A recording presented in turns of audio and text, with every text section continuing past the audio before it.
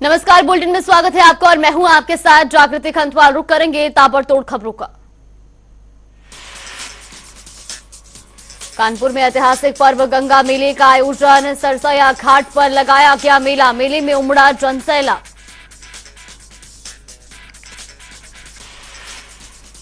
काशीपुर में चोरी के 3 आरोपी गिरफ्तार, 2 मोटरसाइकिल और 8 मोबाइल बरामद। चेकिंग अभियान के दौरान पकड़े गए चोर।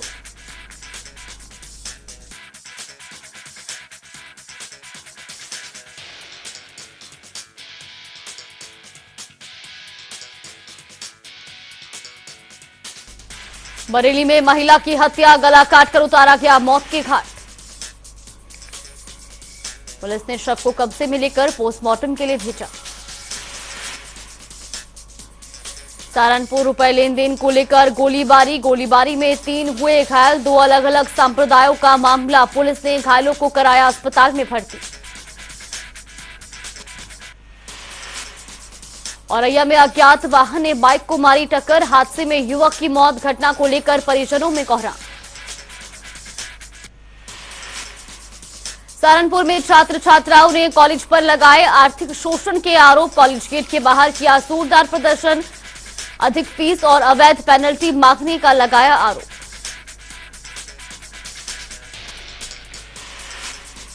चित्रकूट में हत्याकांड के आरोपी ने लगाई फांसी। पत्नी और बेटी की हत्या के बाद घर से फरार था आरोपी। 3 मौतों से क्षेत्र में सनसनी का माहौल।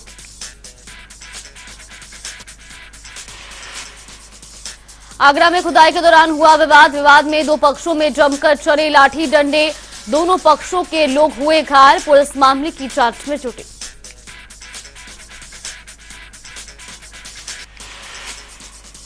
सहारनपुर में संदिग्ध परिस्थितियों में 3 वर्षीय मासूम बच्ची की मौत। मां ने लगाया पिता पर हत्या का आरोप। पुलिस ने बच्ची के शव को कब्जे में लेकर पोस्टमार्टम के लिए भेजा। आगरा में बाइक सवार बदमाशों ने छीना मोबाइल। बदमाश युवती से मोबाइल छीनकर हुए फरार। पुलिस बदमाशों की तलाश में जुटी। आगरा में कार सवार लोगों ने प्रॉपर्टी डीलर को किया किडनैप। 6 लोग प्रॉपर्टी डीलर को गाड़ी में डालकर हुए फरार। घटना सीसीटीवी कैमरे में हुई कैद। पुलिस पूरे मामले की जांच पड़ताल में जुटी। आगरा में सगे साले ने अपने जीजा को मारी गोली लगने से जीजा की हुई मौत। 10 महीने पहले हुई थी लव मैरिज। बदायूं में दुकान के पीछे की दीवार काटकर अज्ञात चोरों ने जेवर किए चोरी। सराफा व्यापारी ने पुलिस को दी सूचना। पुलिस मामले की जांच में जुटी। दातागंज कोतवाली क्षेत्र के पलिया गुगर का है पूरा मामला। अलीगढ़ में नगर निगम के प्लास्टिक के पाइपों में लगी अचानक भीषण आग। मौके पर पहुंची दमकल विभाग ने आग पर पाया काबू। नगर निगम के जरिए अंडरग्राउंड पाइप डालने का किया जा रहा है कार्य। अलीगढ़ के थाना बन्ना देवी क्षेत्र के रसलगंज करने का मामला। अलीगढ़ में स्मार्ट सिटी में सड़क पर लगी तारों में आग लगने से मचा हड़कंप। स्थानीय लोगों की सूझबूझ से आग को बुझाया गया। अलीगढ़ के सांसनी गेट स्थित आगरा रोड का पूरा मामला। अलीगढ़ में यात्रियों से भरी खड़ी रोडवेज बस में ट्रक ने पीछे से मारी टक्कर। 1 दर्जन यात्री घायल। रोडवेज बस में 42 यात्री थे सवार। सूचना मिलने पर मौके पर पहुंची पुलिस। घायलों को अस्पताल में कराया गया भर्ती। अंबेडकर नगर में परिजनों ने शव रखकर चौराहे पर किया हंगामा। पुलिसिया सिस्टम की कार्यशैली से नाराज हैं परिजन। लगाए पुलिस प्रशासन पर आरोप और मुर्दाबाद के नारे। फर्रुखाबाद में शराब के नशे में धुत रईसजादे की दबंगई का वीडियो सोशल मीडिया पर हुआ वायरल वीडियो में दबंग चौकी को आग लगाने और बम से उड़ाने की दे रहा धमकी। वृंदावन के बांके बिहारी मंदिर का वीडियो हुआ वायरल। महिला ने लड्डू गोपाल जी की मूर्ति को सेवायत के चरणों में रखा। गोस्वामी ने इसका विरोध किया। महिला ने गोस्वामियों को जमकर सुनाई खरी गोटी। बदायूं में खड़े टेम्पो में चालान को लेकर सुहेल अहमद से लोगों की हुई तीखी नोक-झोंक। छत पर सवारियां लादकर जा रही बस को पैसे लेकर छोड़ने का आरोप। गाड़ी लेकर मौके से भागे सुहेल अहमद। आरटीओ प्रवर्तन के पद पर तैनात हैं सुहेल अहमद। अलीगढ़ के अकबराबाद में चोरों ने मचाया आतंक। चोर घर से 2 लाख की जेवरात और दहेज का सामान लेकर हुए फरार। पीड़ित परिवार ने थाने में दी तहरीर। जांच पड़ताल में जुटी पुलिस। आगरा में वाहन चोरी की वारदातों से मचा कोहराम। शातिर चोरों ने किसान का ट्रैक्टर किया चोरी। वाहन चोरी ने दिया वारदात को अंजाम। पीड़ित किसान ने थाने में दी शिकायत। रामपुर के बिलासपुर में कबड्डी प्रतियोगिता का आयोजन। इंटरनेशनल कबड्डी क्लब की 8 टीमों ने लिया भाग। हरियाणा और पंजाब की महिला टीमों ने भी किया प्रतिभाग। प्रयागराज उमेश पाल हत्याकांड में फरार 5 अभियुक्तों पर बढ़ाई गई इनाम की राशि। 5 अभियुक्तों पर 2.5 लाख से बढ़ाकर 5 लाख हुई इनाम की राशि। अलीगढ़ में अचानक लगी आग से 3 दुकानों का सामान जलकर हुआ खाक। सड़क किनारे लगाकर चलाते हैं दुकान। घटना से लाखों रुपए का नुकसान। पीड़ित दुकानदारों ने अज्ञात के खिलाफ आग लगाने के आरोप में दी तहरीर। पुलिस मामले की पड़ताल में जुटी।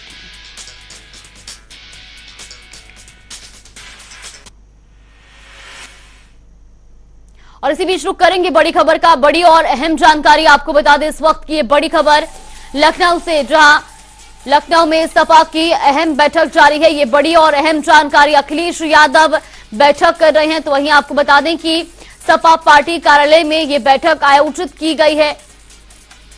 तो सपा राष्ट्रीय कार्यकारिणी से पहले ये अहम बैठक, जहां बंगाल बैठक की रणनीति पर मंथन किया जा रहा है, तो साथ ही नेताओं के साथ ये रणनीति बनाई जा रही है। ये बड़ी और अहम जानकारी आपको बता रहे हैं लखनऊ से, जहां लखनऊ में सपा की बैठक जारी है। तो वहीं अखिलेश यादव की अध्यक्षता में यह बैठक आयोजित की गई है, जहां आपको बता दें कि सपा कार्यालय में यह बैठक आयोजित हुई है। तो वहीं सपा की राष्ट्रीय कार्यकारिणी की बैठक से पहले ये एक अहम बैठक मानी जा रही है। और आपको बता दें कि कोलकाता में सपा की राष्ट्रीय कार्यकारिणी की बैठक होगी। तो वहीं कार्यकारिणी की बैठक से पहले ये मंथन किया जा रहा है, जहां बैठक में रखे जाने वाले प्रस्तावों पर चर्चा की जा रही है। तो साथ ही नेताओं के साथ अखिलेश बातचीत कर रहे हैं, चर्चा कर रहे हैं। और आपको बता दें कि 17 से 19 मार्च तक राष्ट्रीय कार्यकारिणी की बैठक होगी। कोलकाता में सपा की राष्ट्रीय कार्यकारिणी की बैठक होनी है। तो वहीं राष्ट्रीय कार्यकारिणी की बैठक से पहले ये अहम बैठक लखनऊ में की जा रही है, जहां पर तमाम मुद्दों को लेकर चर्चा की जा रही है। साथ ही साथ आपको बता दें कि 17 से 19 मार्च तक चलने वाली राष्ट्रीय कार्यकारिणी की बैठक को लेकर रणनीति बनाई जा रही है। क्या कुछ मुद्दे रखे जाने उसको लेकर के मंथन किया जा रहा है। सपा पार्टी कार्यालय में यह बैठक आयोजित की गई है, जहां पर तमाम प्रस्तावों को लेकर भी चर्चा हो रही है। नेताओं के साथ अखिलेश यादव बातचीत कर रहे हैं। लखनऊ से बड़ी खबर आपको बता रहे, जहां सपा कार्यालय में ये अहम बैठक जारी है। तो बंगाल बैठक की रणनीति पर इस बैठक में मंथन किया जा रहा है। और साथ ही आपको ये भी जानकारी दे दें कि बैठक में रखे जाने वाले प्रस्तावों पर चर्चा की जा रही है। नेताओं के साथ अखिलेश बातचीत कर रहे हैं।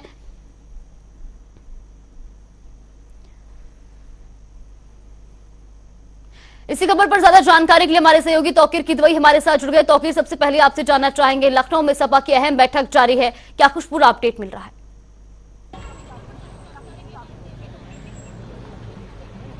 हेलो जी बिल्कुल तौकीर, आप तक आवाज पहुंच रही है।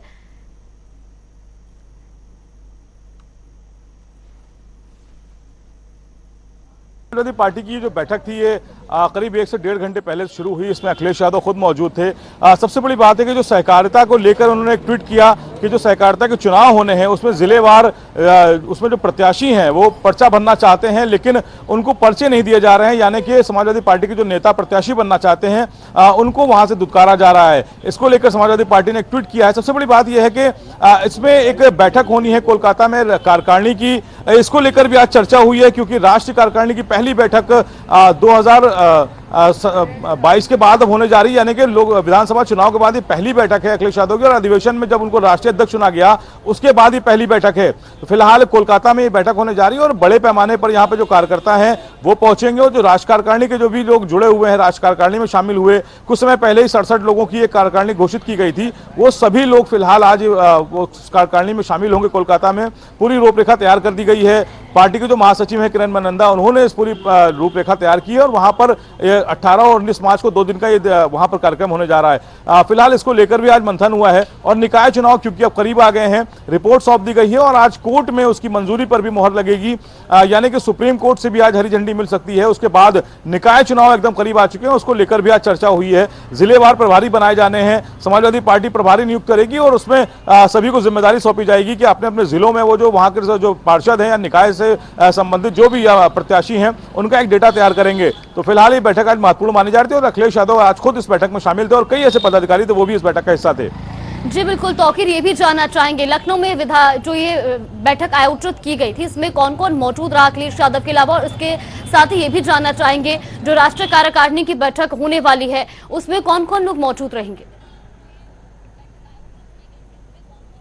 देखिए, राष्ट्रीय कार्यकारिणी की बात की जाए तो भी पार्टी के जो महासचिव हैं, सचिव हैं और सदस्य हैं, ये सभी लोग वहां पहुंचेंगे कोलकाता। और इसके अलावा जो आज बैठक में जो लोग शामिल थे वो जो प्रदेश के प्रभारी हैं, जो जिनको अलग अलग विंग का प्रदेश अध्यक्ष बनाया गया है, वो सब लोग आज शामिल हुए थे। इसके अलावा जो आसपास के विधायक हैं, यानी कि लखनऊ के और बाराबंकी आसपास के जो विधायक थे वो इस बैठक का हिस्सा थे।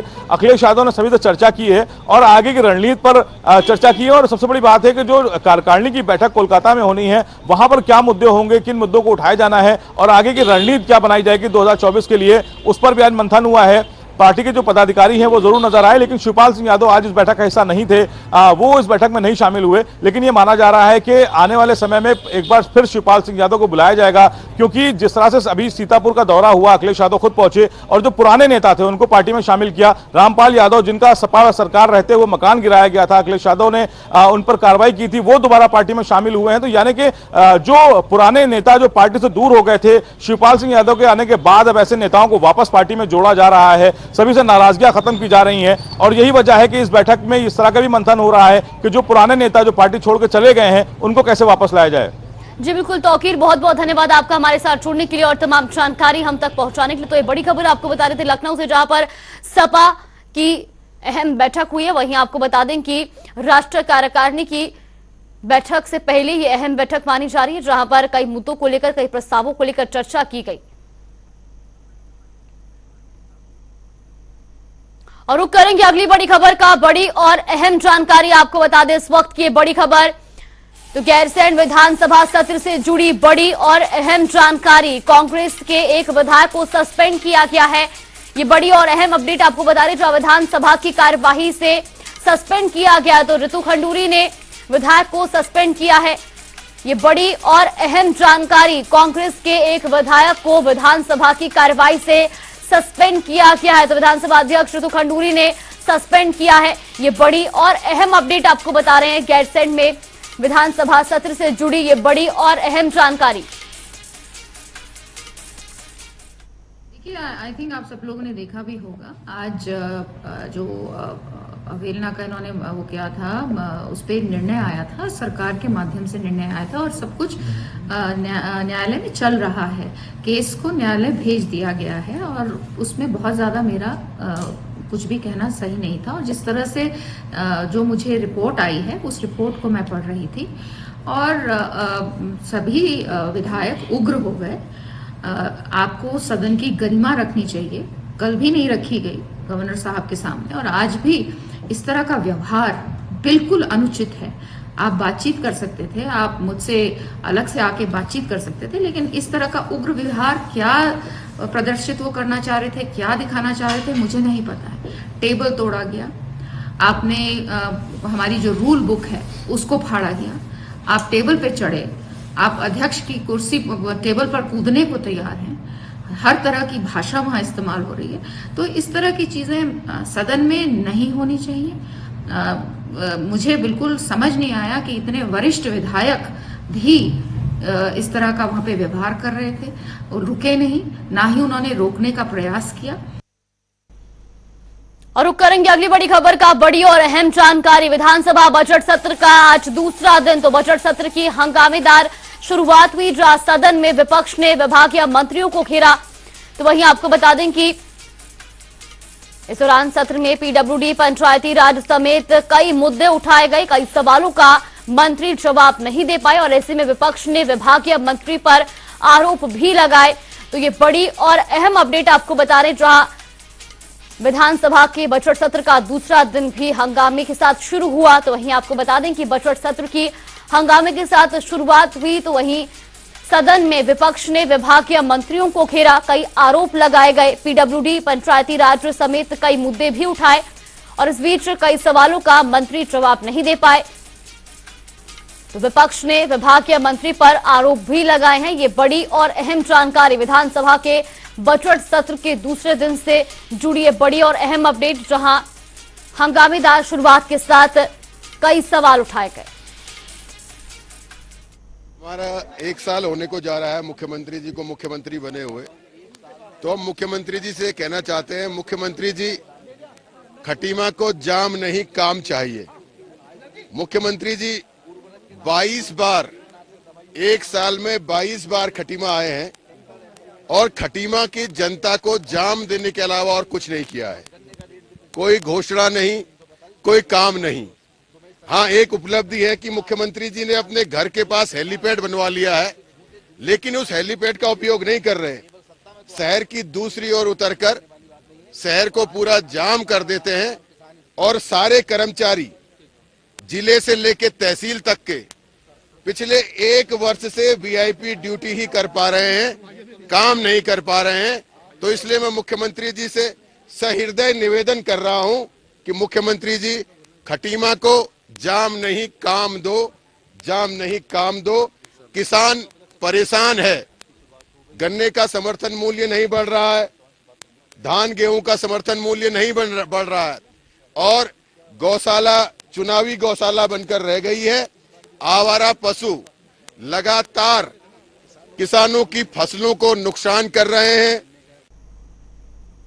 और इसी बीच रुक करेंगे अगली बड़ी खबर का। भराड़ीसैंण से बड़ी और अहम जानकारी, उत्तराखंड विधानसभा बजट सत्र का दूसरा दिन, नकल अध्यादेश रखा जाएगा सदन के पटल पर। तो ये बड़ी और अहम जानकारी आपको बता रही, जहां प्रतियोगिता परीक्षा अध्यादेश सदन में रखा जाएगा, तो वही सदन पटल पर 1 अध्यादेश और 6 विधेयक पुनर्स्थापित होंगे। ये बड़ी और अहम जानकारी, उत्तराखंड विधानसभा बजट सत्र का आज दूसरा दिन है। तो वहीं आपको बता दें कि आज सदन के पटल पर नकल अध्यादेश रखा जाएगा। ऐसे में प्रतियोगी परीक्षा अध्यादेश सदन में रखा जाएगा और 1 अध्यादेश और 6 विधेयक जो है वो भी रखे जाएंगे। ये बड़ी और अहम जानकारी, जहां 6 विधेयक पुनर्स्थापित होंगे।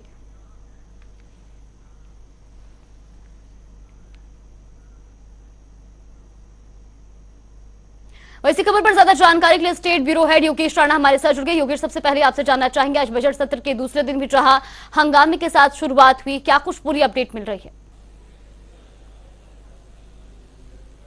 बिल्कुल जागृति, सबसे बड़ी बात यह है कि हंगामे के साथ शुरुआत हुई, लेकिन आप आज की सबसे बड़ी खबर अगर कहेंगे तो कांग्रेस के सभी विधायकों का 1 दिन के लिए जो सस्पेंड कर दिए गए, ये बहुत बड़ी खबर है। अभी 3 बजे तक सदन स्थगित है और 3 बजे के बाद सदन फिर शुरू होगा और कई सारे विधेयक पेश किए जाने हैं। इनमें नकल विरोधी जो कानून बनाया गया है उसको भी आज सदन में रखा जाएगा, सदन में पेश किया जाएगा, सदन की उस पर अनुमति होगी। लेकिन अब आज के जो दिन में पूरा दिन 3 बजे के बाद जो सदन चलेगा उसमें कांग्रेस के विधायक, कोई भी विपक्ष का विधायक कांग्रेस का मौजूद नहीं रहेगा। इसमें सबसे बड़ी बात यह है कि जो मामला है वो जसपुर के जो कांग्रेस विधायक है आदेश चौहान, उनको लेकर एक विशेषाधिकार हनन का मामला था और उसी को लेकर विधानसभा अध्यक्ष रिपोर्ट पढ़ रही थी। तो इसी दौरान कांग्रेस के सभी विधायकों ने हंगामा शुरू कर दिया और वे सदन के बीच में आ गए। कागज फेंके जाने, कागज के गोले बनाकर फेंके जाने, मेज पे चढ़ जाना और तमाम तरह का विरोध किया। विधानसभा अध्यक्ष सभी को रोकने के लिए, सभी को अपनी सीट पर बैठने के लिए निवेदन करती रही, लेकिन नहीं माने और जो रिपोर्ट पूरी भी नहीं पढ़ी गई थी उसको लेकर वे संतुष्ट नहीं थे। और ये मामला विधानसभा अध्यक्ष का कहना है कि न्यायालय में भी चल रहा है, भेजा गया है। तो इसको जब कांग्रेस के सभी विधायक नहीं माने तो उन सभी विधायक का एक दिन के लिए सस्पेंड कर दिया गया। तो अब जो विधानसभा की कार्रवाई होगी उसमें कांग्रेस के विधायक शामिल नहीं होंगे, लेकिन कई सारे विधेयक पेश किए जाने हैं। हालांकि संख्या बल भाजपा के साथ है तो विधेयक तो सारे पास होने ही है, लेकिन सबसे महत्वपूर्ण ये होगा कि उन पर कोई चर्चा नहीं होगी, उन पर कोई बातचीत नहीं होगी, क्योंकि विपक्ष का कोई विधायक मौजूद नहीं रहेगा। और इसमें एक और सबसे महत्वपूर्ण बात है, जो नेता प्रतिपक्ष यशपाल आर्य उनका कहना यह है कि हम तमाम सवाल जो लगा रहे थे, हम उन सवालों के जो प्रश्नकाल में उनके उत्तर से हम संतुष्ट नहीं हैं। हम और हमारे जो जवाब है उसको लेकर जिस तरह की बात है वो सुनी नहीं जा रही है। जब बात सुनी नहीं जा रही है तो हम अपनी बात रखेंगे, अपना मत रखेंगे। लेकिन विधानसभा अध्यक्ष श्री खंडूरी का कहना है कि जो विपक्ष के विधायकों का आचरण था वो आचरण अनुकूल नहीं है, वो विधि सम्मत नहीं है, इसीलिए उन सभी को एक दिन के लिए सस्पेंड किया गया। ये एक बहुत बड़ी खबर है अभी उत्तराखंड विधानसभा से। जी बिल्कुल योगेश, बहुत बहुत धन्यवाद आपका हमारे साथ जुड़ने के लिए और तमाम जानकारी हम तक पहुंचाने के लिए।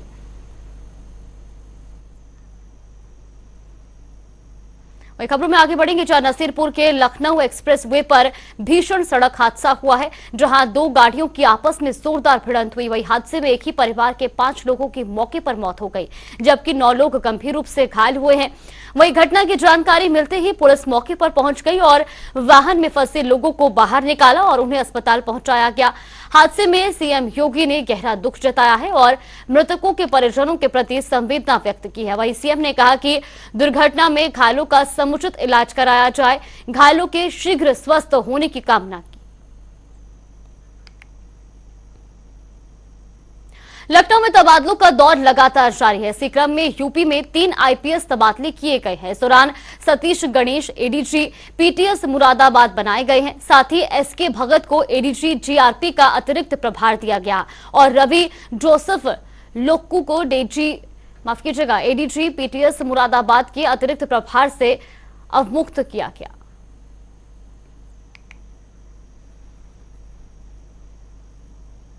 उत्तर प्रदेश के मुख्यमंत्री योगी आदित्यनाथ ने फैसला लिया है कि चैत्र नवरात्रि में दुर्गा सप्तदशी रामनवमी पर अखंड रामायण का पाठ का आयोजन प्रदेश भर में किया जाएगा। तो वहीं सीएम योगी के दिए गए निर्देश पर सपा के राष्ट्र प्रवक्ता अमीक जमाई ने प्रतिक्रिया देते हुए क्या कुछ कहा वो भी आपको सुनवाते हैं।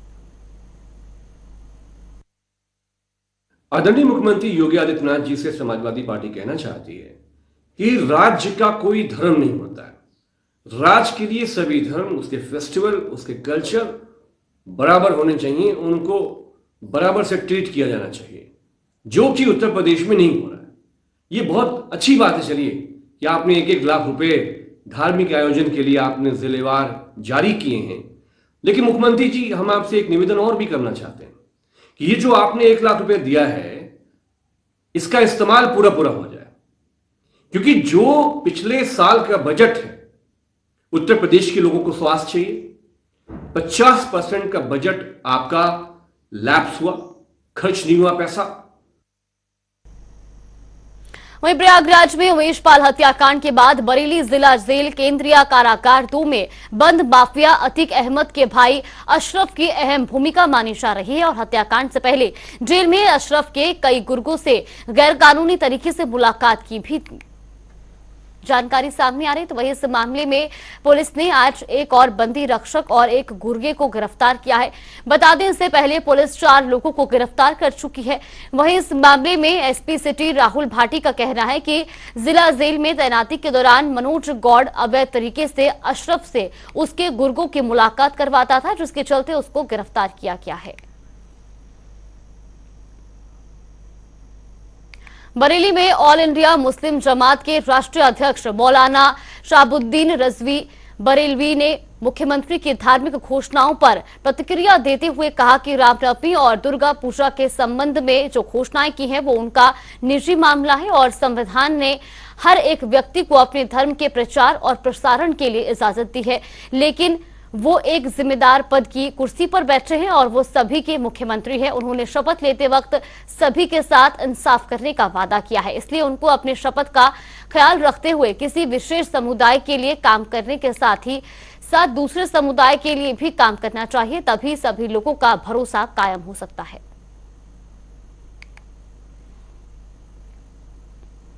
उत्तर प्रदेश के मुख्यमंत्री योगी आदित्यनाथ जी ने जो मजहबी कार्यक्रम का ऐलान किया है कि रामनवमी और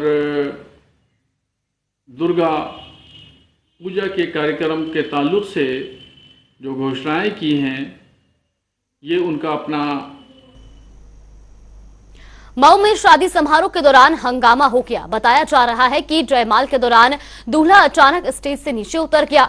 दूल्हे को नाराज समझकर लड़की पक्ष के लोग उसे मार गया। इस दौरान शादी समारोह में आए कुछ लोगों ने दूल्हे को दिमाग का हल्का बता दिया, जिसके बाद घराती बराती आमने सामने आ गए। इसी दौरान दूल्हा अजीब हरकतें करते हुए लोगों को धमकाने लगा, जिसके बाद मौके पर पहुंची पुलिस ने भी दूल्हे को समझाने की कोशिश की, लेकिन दूल्हा पुलिस समेत मौके पर मौजूद लोगों को धमकाने लगा। फिलहाल पुलिस ने दूल्हे और उसके भाई समेत लड़की के भाई को हिरासत में ले लिया है।